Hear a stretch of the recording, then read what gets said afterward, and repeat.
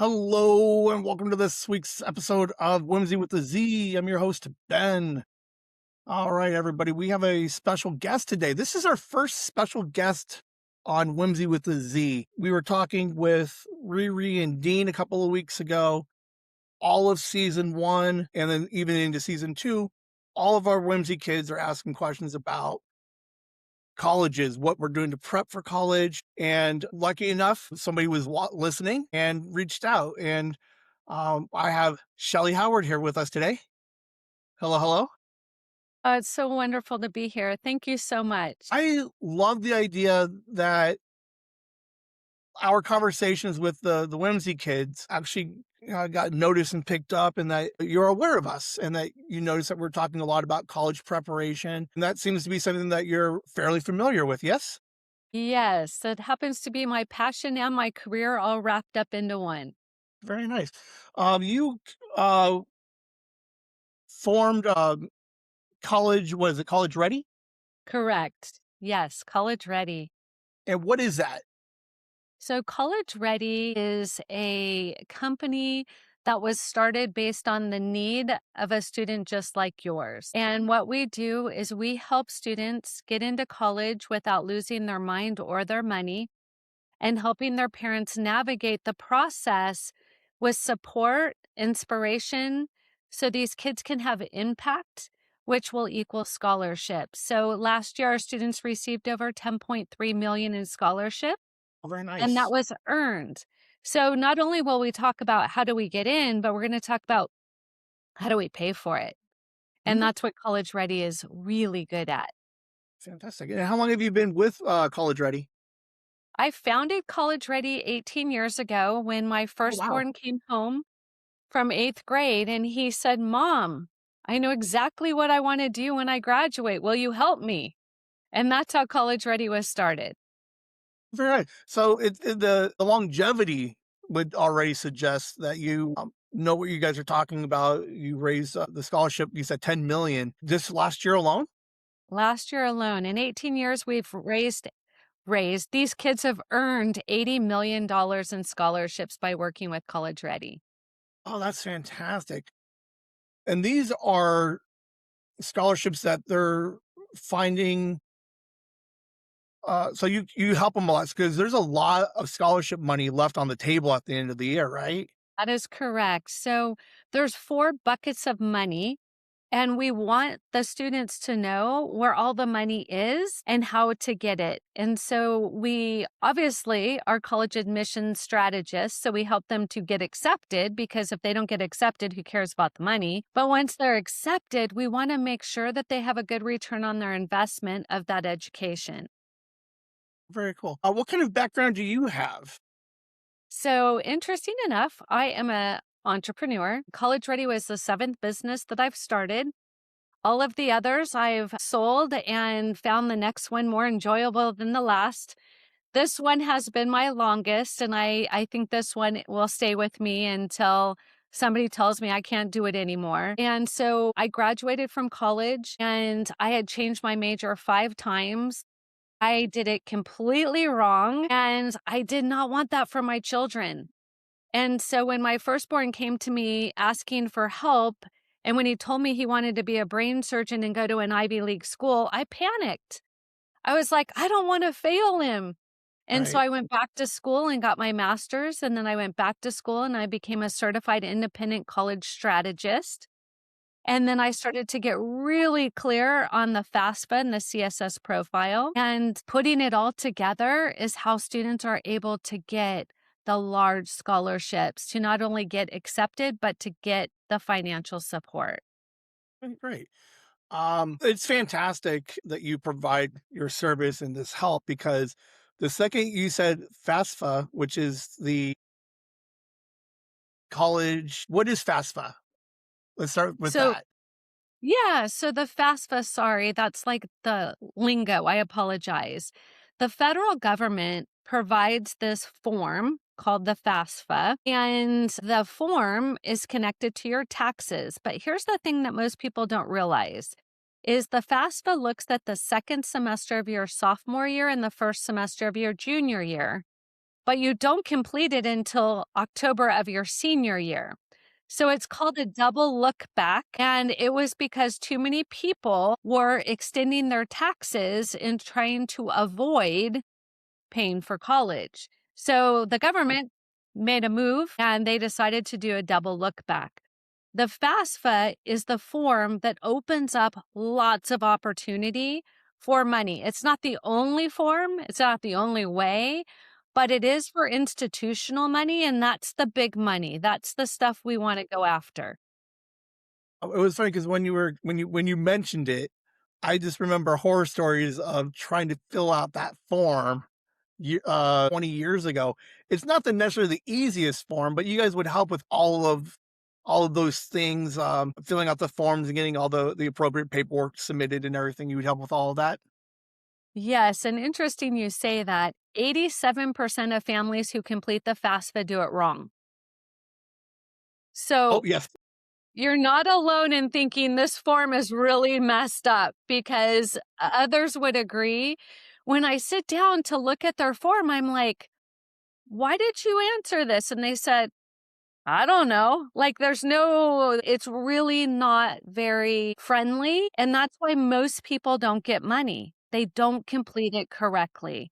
And so, as easy as that seems to me, I've done it personally. I have 4 children, so I've done it for over 9 years. I pretty much have memorized it. So for me, I get it. And then the CSS profile is the whole other side of it, and that's for mainly private schools. And that's a whole nother beast in itself. So my goal is helping families to navigate to find the best fit academic, social, and financial fit. So when they graduate, they have a good return on their investment. The student is successful and not straddled with debt.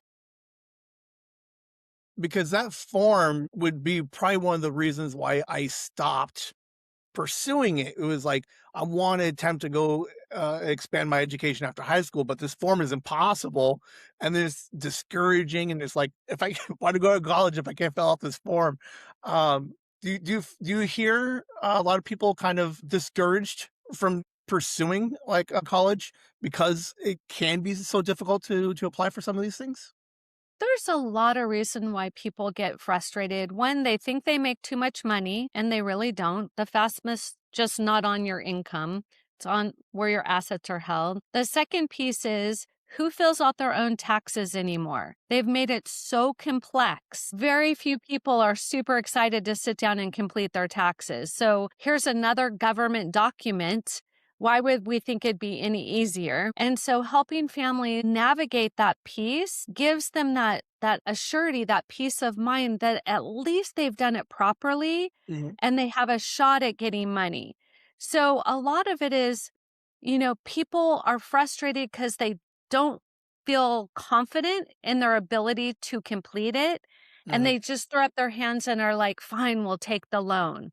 And Right. I'm like, don't take the loan. Don't take the loan. So all 4 of my children have graduated completely debt free from college. Even my firstborn who went to Harvard.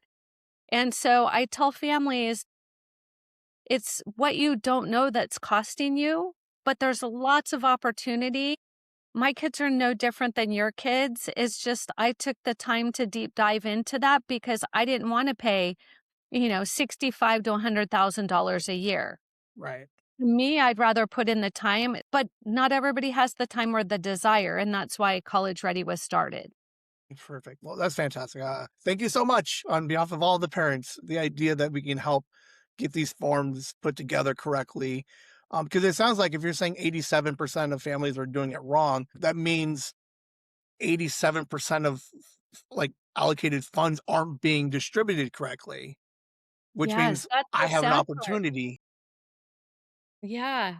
All right. Danielle was going to talk with us today. Unfortunately, she was ill, but she had several questions she wanted to ask you about her preparation. She's 13, so she's finishing up eighth. I don't even know what grade that is anymore, but she's really focused on it. She's real big on the grades. Um, we're just going to go through a list of questions and we'll see what we can do to help everybody kind of prepare. How early should students realize uh, and begin to start prepping for college? So, depending on the child, it sounds like Danielle is a very wise young lady and very mature for her age. So, first, I want to give her kudos. I do help students as young as middle school, which would be 12 and 13. And so there are some students that just mature a little bit earlier than others. And so it's not a particular age, it's really when your child starts having curiosity. And, we take them to museums, we take them to art galleries, we take them to opportunities for them to get clarity about their future, their opportunities. But yet, many people wait to talk about college not until their junior year in high school. Yeah.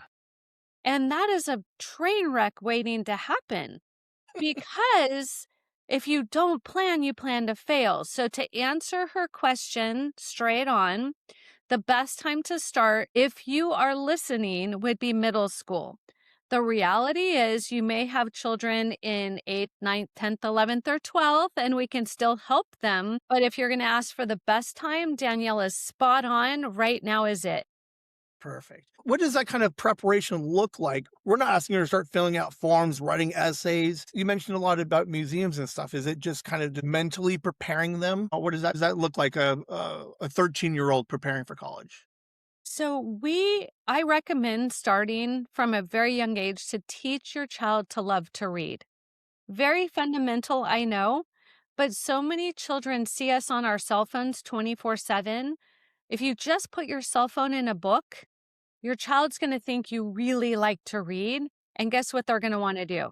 They're going to want to really learn to read. That will expand their vocabulary.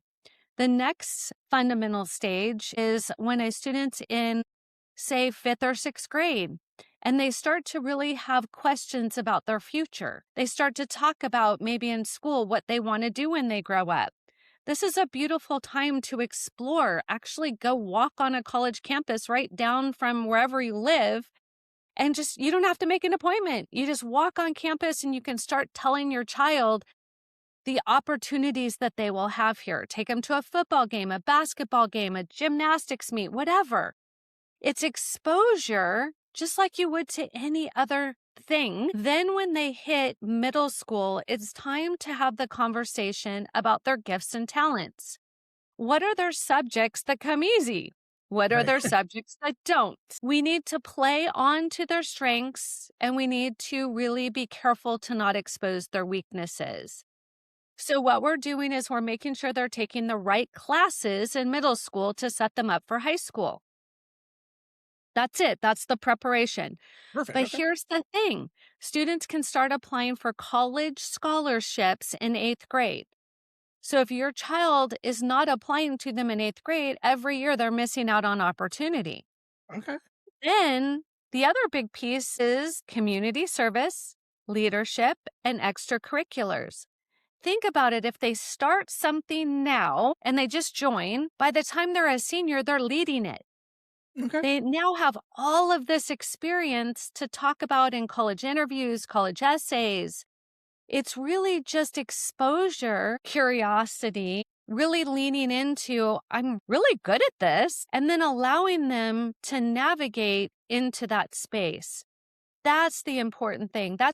It's not where do you want to go to college and what do you want to study and let's talk about your career. And that comes closer to the sophomore year because that's when they're getting closer to having confirmation. But the quick answer is the sooner you can start having conversations about college and the difference between middle school, high school, and college and the opportunities that they can have, they're going to get really excited about their future. What happens when it becomes their why and not your why?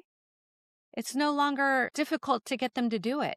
I like the word you use, the exposure, the idea of, because it's not like real in your face college prep. It's the like you said, the exposure of like you can do more, you can be more. What are you interested in? And like slowly kind of working their way through like adolescence into like that middle school. And then you can really start having those conversations and be like, you like these things. Cause I even talk about with the kids a lot, like what kind of hobbies they have. Like they like to draw. Like, well, what do you want to do with that? And they're like, oh, I don't know. But it's just one of those things. It's like, if I keep exposing you to opportunities in which you might be able to earn scholarships with drawing or things that you're passionate about actually can benefit you long term. So I like the idea of just subtle encouraging of let's what do you want to do and let's keep learning stuff. Yeah. That's fantastic. I never thought about that approach or like being more, I want to say aggressive, but like thinking that far ahead for them to get them prepared. When administration offices say they want well-rounded students, what does that actually mean in practice? So, what they're saying is no longer is just a GPA or a GPA and test scores going to get you into the school of your dreams. That's the minimum you will need. Okay. So, back in the day, people would have a high GPA and pretty good test score, and they could pretty much decide where they wanted to go to college. Well, it's become so much more competitive and more expensive that now they're looking for more than that. And what does that look like? They're looking for community service in something the student's passionate. We call it passion with a purpose. And they're looking for extracurriculars that tell the university about the student. Then they're looking for leadership in their community service and their extracurriculars. They're looking for letters of recommendation from those adults who know them well. And then finally, the essay is the icing on the cake. It tells the university, I am more than just a GPA and a test score. I'm the full package. Can you break down the balance between academic, the extracurricular, the leadership, and character in the competitive applications? So important. So there's nothing more important than their GPA. Okay, Really, truly, you have to that's have the it. grades. You have to have the grades. Why? Because colleges are saying if you're not serious in high school, why would we think you're going to be serious in college? So that's why it's just a foundational indicator of a student's maturity and desire to learn. So that's why it's foundational. Then next would come a test score that matches the GPA. So no longer is it optional, students, because a college can change their mind overnight. And if you were not taking the test and that was your dream school and now it's required, you just shot yourself in the foot. You can't apply to the school without a test and you won't have enough time to take the test. Just take the test. I know it's not fun. I feel your pain, but it will set you up for success to take tests in college. It will set you up for if you want to be a nurse and you have to take the NCLEX, or a doctor and take the MCAT or the LSAT. Like there's so many tests that you're going to have to take. You might as well learn how to do it well now. Right. So Right? those things are those are the two most important. Okay. You cannot focus just on community service and have minimum grades. Okay. That is just means you have a passion for serving others, which is great. Maybe you should be a doctor, a nurse, a social worker, something, in your church. But to get into college, they want to see that you are a serious academic student who wants to learn. You need to take your AP exams. If you take an AP class, you need to take the test. It doesn't matter what grade you're in, you need to take the test. I think I got that point across. Yes, Okay. I think so. After that, this is what colleges want to know, and this is how you have to prioritize. They want to know, who are you? What have you done? And how will you prove it? That's it. So when you think about if you love community service, that needs to be higher on your list because that's important to you. If you're an athlete, that's going to be higher on your list of activities because that's important to you. They just want to know who you are because when they invite you to come and spend 4 years and get the degree and put the diploma on your wall, they want to make sure that everybody sees the kind of students they produce. because you will be marketing for them once you graduate. I was thinking about that. It's because like the grades, I was like, I don't grade well, but really, there's a return on investment. If a college is going to invest and help you for 4 years to better educate you, they want to know that you can handle taking tests and that you can study and that you can handle the workload. Not just, oh, you're a good person because you like to do all these things to help people. I need to know that you can still take the classes and the courses that you're going to be here at the college, and I'm going to get my money's worth, and that you're not going to fail out of it just because you think you're a good person. Yes, exactly. What do we do when there's a conflict between um, I don't I don't test well and I don't grade well. So I have to focus so much on my grades. Maybe I have to do a little extra. I need extra test time, summer school tutoring. So I'm really focusing on my grades and my testing, but I don't have as much time to volunteer or to really present those leadership skills. What do we do when there's a conflict similar to that? So it's wonderful. I have lots of students just like that. And because I have 4 kids, I have one of them just like that. And I will tell you what you need to do is called time blocking, because you don't think you have enough time. But if you just put your phone away in a cupboard for a day, you will find time like you've never seen it before. And that is a reality. And so, how much are you really studying where you're focused in and it's impactful? The other thing is using the right resources. It depends on how you learn. So, if you're an auditory learner, you need to listen to lectures. You need to listen and absorb. If you like to see it, you need to be focused and not letting social media draw your attention, right? Then, if you are one who needs to write it, you need to have a good technique. They say that pen and paper is much better than typing to anchor it. And so you want to go old school and you want to write it down pen and paper. So it's not about time. I promise you, I've had this conversation hundreds of times. It's really about getting to know yourself and being honest with, are you really focused when you're studying? Or are you kind of studying, but yet kind of distracted, or the TV's on in the background, or there's people running around? Where are you studying? And so a lot of it has to do with how you're studying. So if you ask me, you always have to put your grades first, Okay. right? Without grades, you don't get into college. But if you can't do the other stuff, they're going to wonder, what are you doing with all the rest of your time? Because there's truly very few people who study that hard without all the distractions and don't have enough time for community service. Our students do 1 hour a week. I think everybody can pull 1 hour a week out of their week Yeah. without it being too painful. Right. Yeah, absolutely. The distractions are definitely there, but when you're thinking about college, you really do have to prioritize. Do I want to spend the hour today or do I want to be full ride 4 years from now, 6 years from now? So it's kind of, you got to kind of put this into perspective a little bit that you're putting in the work now to make it easier later. We just had a conversation with Mark yesterday, comes out this week. He's got scholarship. Oh, here's an interesting question for Mark. This is for you.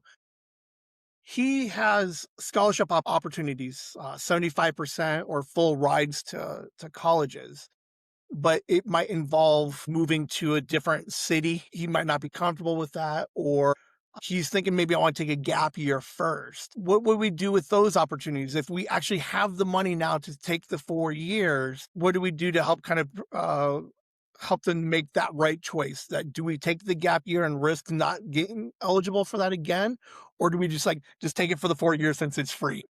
So here's a very misunderstood topic is gap year. You can't just take a gap year. It doesn't work like that. You actually have to apply to college, get accepted. Once you're accepted, then you can request a Mhm. deferment. And Okay. that deferral is completely up to the university if they're going to Right. grant it or not.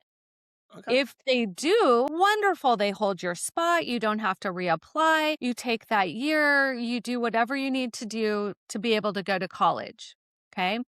But what if the college doesn't take it? What if they're Right. like, no, we want your money this year. We don't want to wait for your money. Or, that's just not part of how we do things. Well, now you get to get really clear. Why are you not ready to Mhm. go to college? Is it not ready to leave the house? You love your mom's cooking? Like, what Right. is the thing that's causing? Is it just your own anxiety about being worried about making new friends? Like, get really clear. It's not going to be easier in a year from now if you don't take care of the problem of why you're not ready. And I don't problem's not the right word. If you don't take care of that thing that's holding you back, Right. it's not going to just miraculously go away in a year. You need to face it and be, what am I not ready for? And ask yourself that bigger question. A lot of students, my firstborn went to Boston from California. That was a huge move. Second went to Alabama. Third went to San Francisco, not big move, but fourth went to AAU in the Czech Republic of Prague Okay. at 17 years old. Right? So I asked the question to every teenager, what is holding you back from adulting? Right. Yes. Thank you. Okay.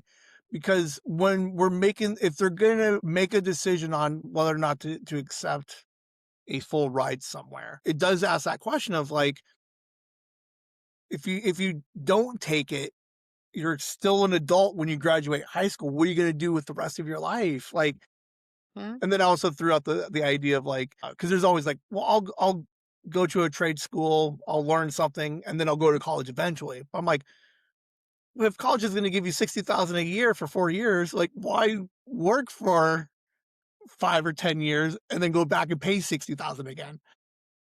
But yeah, there's Exactly. that reality of like you're now an adult. You're making adult decisions. You want to go to college. That's an adult thing to do. You need to take responsibility for whatever actions you want to take. You don't have to go, but be sure you know why you don't want to go.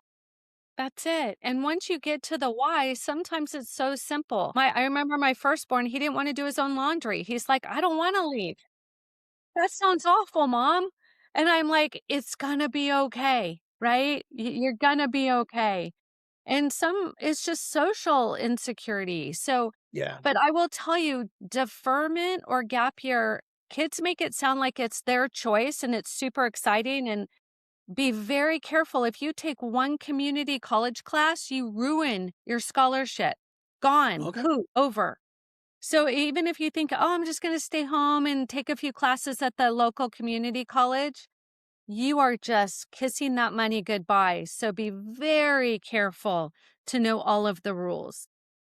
What's interesting is what I liked about the deferral idea was, and it makes total sense that if a college is going to invest in you and I need time to take care of something, or I need to whatever my journey needs to be before I go to college, it makes sense that I could talk to a college like an adult and be like, I need 6 months. I got a couple of things I want to do. I got a big trip planned or whatever it is. I can't make it the first semester. Can I come back into that second semester? And it's just the idea of like creating that dialogue and that communication. And then worst case, they say no, but at least that way you're responsible enough to show them I've at least took the steps to loop you in on my life before you guys invest into me. Uh, so I like, Absolutely. all right, I did not know you could defer. It's good to know. When you said that community colleges impact your scholarships, what does that mean? Well, so if a student gets accepted to a 4-year institution and they decide that they're going to go to community college, that scholarship money doesn't stay there. So, in other words, they don't hold your scholarship money. So basically, you are telling them, no, I'm not going to go. I'm going to go to community college. And then you have to reapply as a transfer student. So Okay. it's not the same thing. There's no pause, I'll think about it. No, it's you made an adult decision and you're going to live with it. So it's Okay. much easier to get accepted straight out of high school and it's much less expensive. to go out of high school unless you're going to go 2 years, get in and out of the community college, and every class will transfer with you. That's where the big disconnect comes. Just because you take a class at a community college does not mean it's going to transfer to the school of your dreams. Okay. All right. Uh, this is all very fascinating stuff. How should students choose their high school courses to align with their college goals? So, for a student who wants to go into a profession, doctor, lawyer, CPA, engineer, you have to have a college degree. It's non negotiable. If you want to be an entrepreneur, an influencer, a trade school, something that doesn't need a college degree, it would be nice, but it's not a necessary thing. They're two totally different paths, right? You don't have to take 6 APs if you want to go to a trade school. It's not necessary. You just have to graduate high school with a C average or better. But if you want to go to college and you want to choose where you want to go, the better, the more rigorous academia you have, the more competitive you will be. So if you want to choose the school you want to go to and choose the major and choose the career, you better bring the most competitive application you can bring, period. The less you do, then your chances of getting in are less. It really comes down to, think of it as a job, okay? You own a business, and I come to you and I say, I really want to work for you. I've heard amazing things. Can I work for you? And you say, can I see your resume? And I say, oh, but I've been so busy. I don't have time to build a resume. You say, well, without a resume, I really don't know if you're qualified, Right. right? Now, child B says, I really want to work for you. And you say, where's your resume? And they show you 4 pages of their amazingness. I don't even know if that's a word, how amazing they are. And you're blown away. And you're like, I don't think I can afford you, but I'm going to find every penny I can to give to you because you're going to make my life better. Same thing for college. No resume, no money. Okay. Same thing. All right. Extracurricular activities. What makes an extracurricular activity stand out on applications? Doing something that you love to do, not what your best friend loves to do, not what your mom told you to do, not what dad's favorite sport is. You do you. And don't do what everybody else is doing because then you water down the pool again. Yes. Yes. Thank you. Yes, if you love bowling, heck, go bowl. If you like figure skating, go figure skate. Stop trying to outsmart colleges. That's not what they want. Colleges want to know, who are you? What have you done to prove who you are? That's your extracurriculars. So if you don't like tutoring, stop doing it. If you don't like feeding the homeless, stop doing it. You need to do something, but do what's inside of your heart.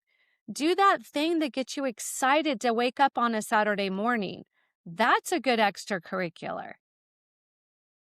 We're in our second season, our second year with the Whimsy with the Z. And I ask all the kids, and none of them, they all say no. So I'm just, in your professional opinion,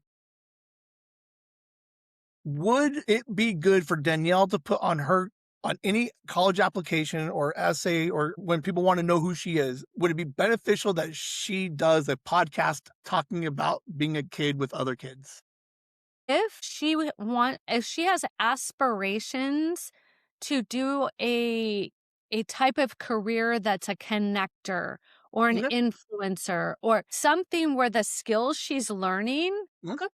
are transferable and they can see the connection, like going into law. Podcasting is awesome if you want to go into law because you are truly stating your case, Right. right? Okay. You're talking about opinions.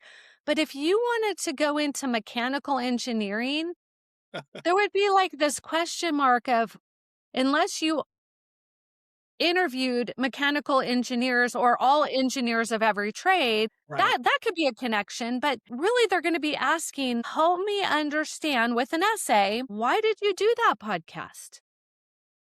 Okay. All right. I like it. So if somebody wanted to get into like veterinary school, so yes, they do the podcast with me, but it could also benefit that maybe they start some kind of animal podcast where they're interviewing other like veterinarians or doctors or animal enthusiasts, wildlife conservation. Like, so they could benefit using the podcast as a platform to build on the things that they're interested in and what they're going to start to pursue.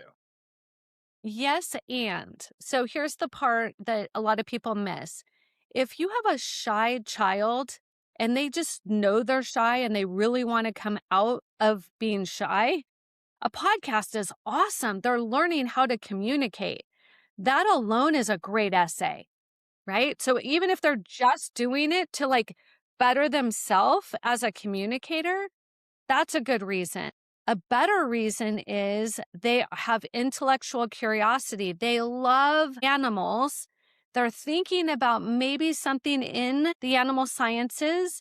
So they reach out to vets, to vet techs, to dog food people, like reptile people, like that they're just curious. Like, I want to know what your job's like. Will you tell me what it's like? Education did you have? How did you get there? What was the path? Was it worth it? Like, do you see how that is an awesome essay because it's based on their intellectual curiosity and they get excited when they interview and say, I talked to this and this and that. It's genuine. It's not checking boxes. So it's not just because I do a podcast. The essay really needs to explore what the podcast did for you or what, like, how it helped Why shape did you. you do it? Because, right. Because Danielle, like all of them, super shy the first couple of episodes. And it's interesting. And why I love continuing to do this is we do video to talk to each other, but I don't put out the video online. But it's interesting just to watch how their demeanor overall is when those first couple of weeks that we do it versus where we are now. We got lights on, they're up running around and they're so much more animated. So it's interesting to see all that growth, just a handful of conversations every year of just how they're like, oh, this is kind of interesting. I like it. And I like that someone is interested in me. And then they can kind of like let loose a little bit. So if we were to use That's an podcasts essay. as yeah. Okay, so it's how does my extracurricular why am I passionate about it? Not just like you said, I'm not just feeding homeless people. It's why do I want to feed homeless people?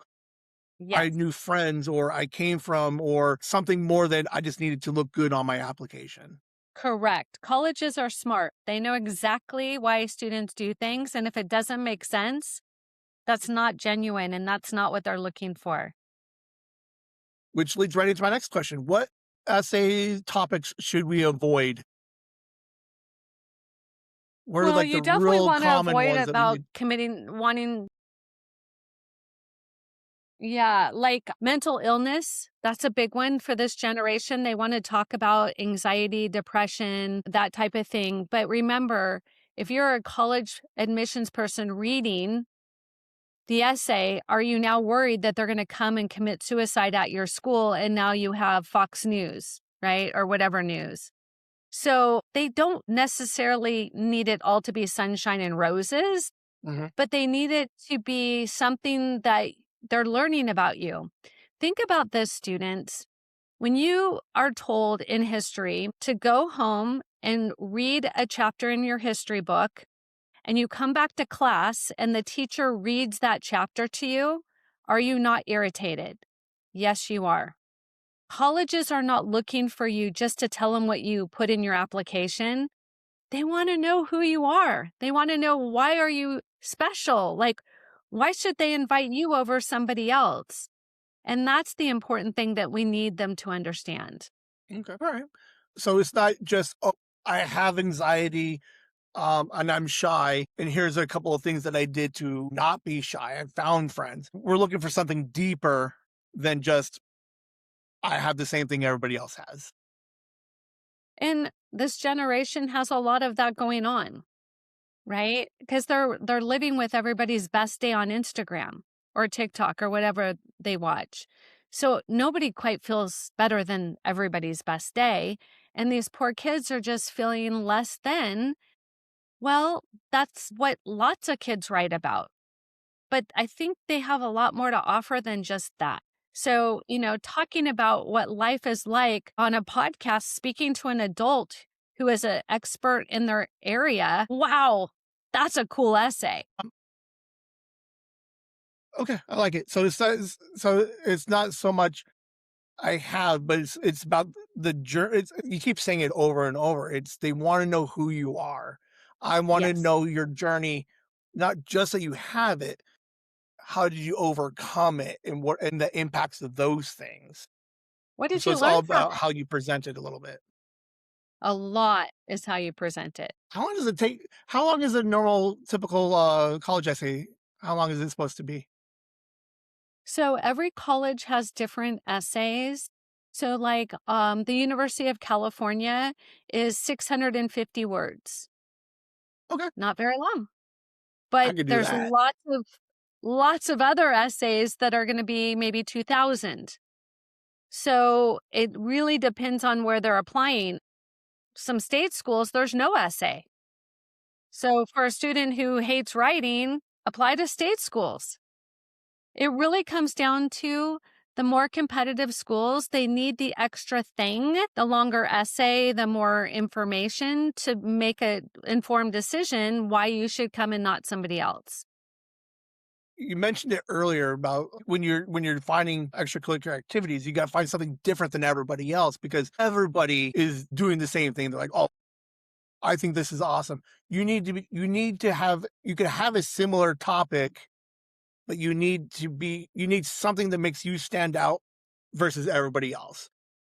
I'm at Yeah, college, I'm reading 100 essays all about how we like to help the homeless and I have anxiety, but I need to see that one extra I need to be that one that stands out from everybody else.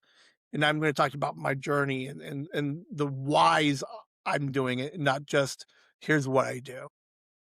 I think the easiest way I can relate it for Danielle is think about the people who apply for her podcast. She probably gets tons of emails that say, I would love to be on your podcast. And you're like, yeah, yeah, yeah. So does everybody else. How does she decide which one she wants to Okay. interview?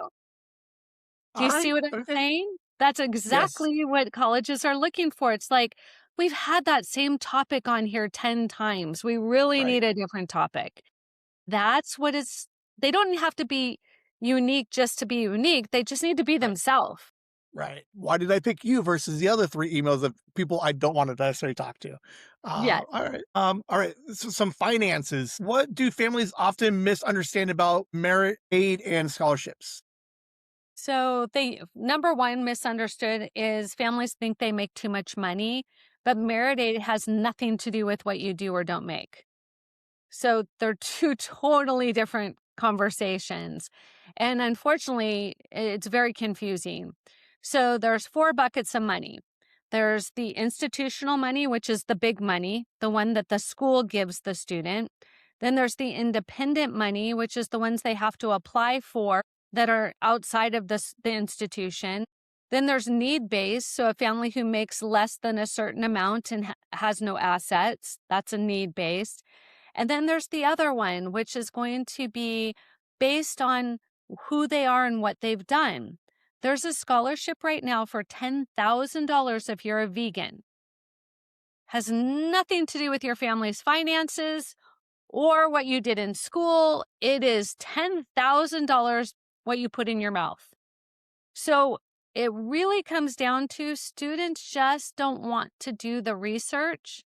They don't want to write the essays. They don't want to put in the effort. They just say, I'm too busy because they don't understand financial literacy of what $100,000 a year is going to do to their future.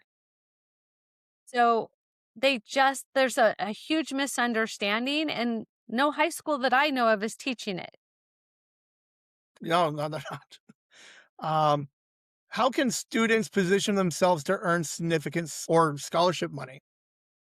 It goes back to your why. When you are genuinely yourself, it could be your first generation to go to college. There's huge scholarships for that. You didn't have to do anything. You were just the first one who says, I'm going to college. Like there's really scholarships for everything. To set yourself up well, you need to lead change.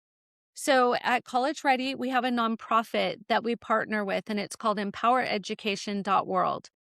And students from all over the world log in. I'm a mentor for it. And it's online on Zoom, 1 hour a week, where they earn an hour of community service for logging into Zoom. This group in 2 years has raised $48,000, built 2 schools in Uganda, an orphanage in Oaxaca, Mexico. They are feeding children. 150 kids get to get educated because these teenagers are making impact. That's 1 hour a week. So try to help me understand who does not have time for this. They just aren't choosing to do it. So for your listeners, I'm going to give you a huge bonus. Go to empowereducation.world. Okay, it's not .com, it's .world. Every middle school and high school student is welcome to join. There is no cost. So there is no reason any of your listeners should not be going to that website right now and asking for a Zoom link. If you don't get a response, you can go to collegereadyplan.info and I will make sure you get a Zoom link. Perfect. What advice do you give parents who want to support their student without adding more pressure? Well, it's all in how we speak to the student. So because I have 4 unique individuals, I will tell you, I couldn't talk to my firstborn and my 4th the same way. So you have to be strategic, right? And what that means is 0 judgment. Not, oh, great, you want to be an artist, you're going to starve. Like those kind of comments are not going to be helpful if you want to not add stress. The questions that you want to ask are open-ended. You want to ask, well, tell me, I'm excited. What kind of art? Where would you like to sell your art? What about art makes that one, how will you do that for a career? What are your thoughts? Have you entered into a competition, or have you proven that you're that good? These are questions that are not condemning of their choice, but they're curious. They're excited. They're like, yes, let's explore this opportunity.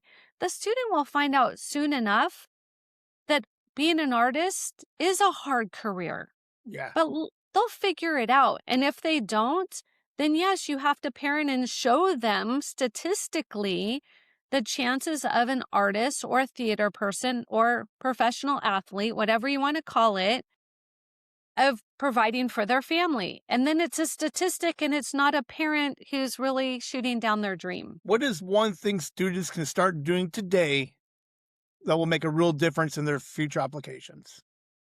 Start doing it now. Doing it, whatever it is missing. So think of your college application as a boat. Okay. You have this boat and it's either built, think of 3 little pigs, right? One's built with bricks, one with straw. But think about this. If you're in this boat and you're paddling, do you have a motor or not? These are all things you want to be thinking about. But what's missing? What are the holes in your boat? If you know you need community service and you don't have any, guess what you need to do? If you know that you need leadership and you don't have any, guess what you need to do? Right? You cannot write that I play on my gaming box 5 hours a day and tell schools you don't have enough time for community service. It does not work like that. So you need to be real with yourself. I tell my students, let's look at a week. 1 week, I want you to write down every time you switch doing something. And I want you to capture how much time you did it. After day 1, they're like, you're right, Shellee, I've got so much time. There's just no doubt. There's so much time that I waste. And that's the reality that they need to come to realize that, you know what? The world needs them. They were Yes, put here for a reason, and they need to use that to be an incredible adult. College is a stepping stone, it's not the end game. So they're not doing all of this great stuff to get into college, they're doing it to be a great adult. it's adult training. Adult training. What, okay, for families listening who feel behind, what is your message to them?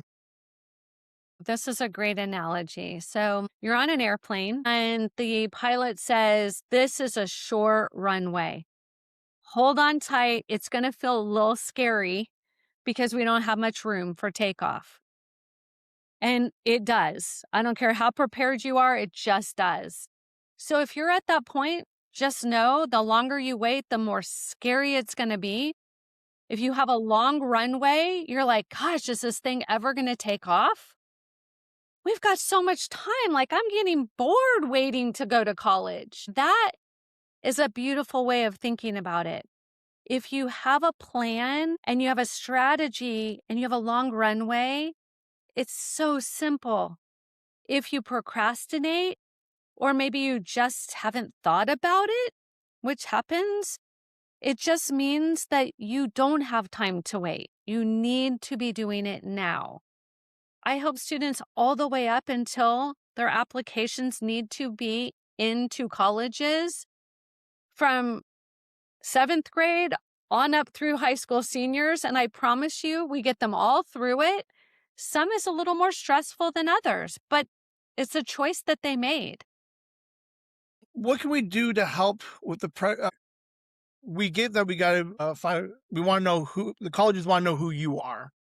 But there's also, it's very competitive getting into colleges, and we're all fighting for this money. Any advice for anybody who is taking on all this added pressure on themselves to stay competitive, and like they're burning out, but they keep pushing themselves, or they burn out and they don't come back to it? What can we do to help these kids? Because this is a lot of pressure. We're saying before you're an adult, you need to make adult decisions and start thinking like an adult for an adult college. Because I get the reality, like Danielle's 13. Why can't she be 13? Like, why does she have to be competitive right now? So what are some of the things about the competitive aspect of it? What can we do to not discourage or burn anybody out? So I want the listeners to think about this. It's like anything else you want. Do you want a good batting swing? Do you want a good fastball? Do you want to be able to kick the soccer ball with both feet? You can just go out and play soccer and just play soccer. Mhm. But if you really want to be a competitive player, do you not have to take every opportunity to touch that ball, to juggle, to shoot with both feet, to put time on the field? It's really no different. Okay. Only thing is, we're asking them to do it academically, which for some students may be harder than others. But for some students, put them on a soccer field and ask them to kick a ball, and it could be really painful. So I tell families this: the student has to understand their why. Why are they working this hard?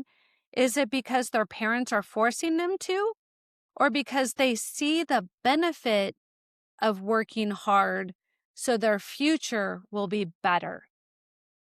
When you're working hard for yourself and your future, it is what it is. You can decide to tune out at any point. So it's really students getting clear about what they want. I don't know about you, but I told my student, all four of my children, I said, you are only as good as you want to be. So if you don't want this stress, then just know there are other avenues. You don't have to go to an Ivy League. You don't have to go to a UC school.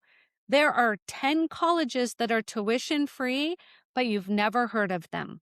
So keep in mind, these kids are hearing and seeing all of the stuff, and then they have FOMO. They don't want to miss out. And then they're putting all this pressure on themselves.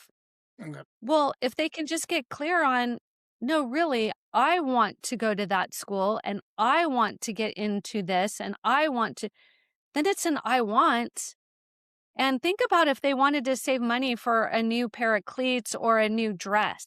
They can be pretty on fire without freaking out to Yeah. go and get that accomplishment. It Okay. really comes down to having it inside of them that it's what they want and not worrying about what all of the other noise is. Okay. All right.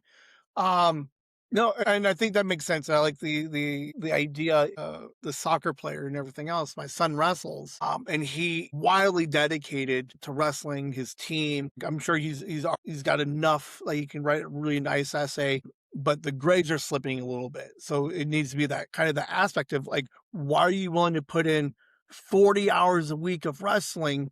But you can't give me the 2 hours a day for Mhm. the the learning. I lost the word and I went with learning. The academics is like, so there's that kind of that imbalance. So all that pressure is kind of like that imbalance a little bit of like, oh, you think you have to do all the academics, but you're actually focusing not enough time on it because you're doing, like you said, all the distractions. It's there. That pressure is only because the distractions are eating up a lot of that at time.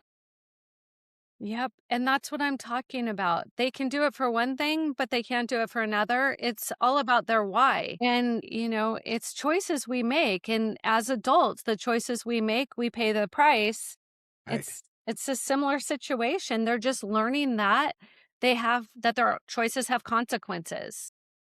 That's not a bad thing to learn.